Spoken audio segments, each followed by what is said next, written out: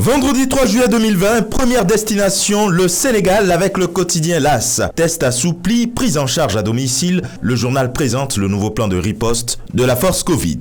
Et justement, parlant de la pandémie du coronavirus et des mesures collatérales, le quotidien s'intéresse aux conséquences de la réciprocité. Destination inconnue, la mesure va infecter le tourisme, lit-on. Avec le Sud Quotidien, il est question d'aide alimentaire entre couacs et impairs. Et on parle de nouveau de coronavirus avec Libération. Le journal dit que le Sénégal dépasse les 7000 cas recensés. Même actualité avec Walf Quotidien, prise en charge des patients Covid à la recherche de la bonne formule, lit-on.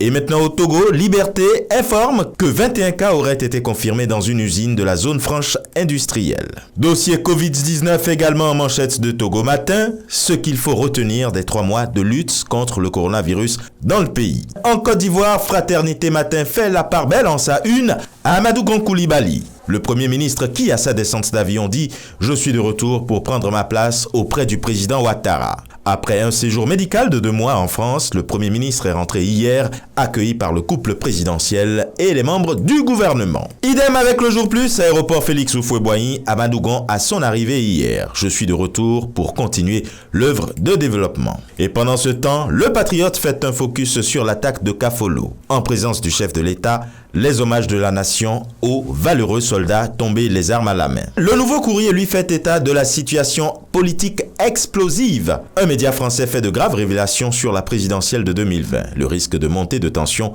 grandit de jour en jour. Des confidences livrées sur le cas Soro. Au Burkina Faso, l'observateur Falga offre sa une à Mamadou Sawadogo, avocat de la mairie de Ouaga, qui dit que concernant le dossier des 77 véhicules, il n'y a pas d'affaire Bewinde.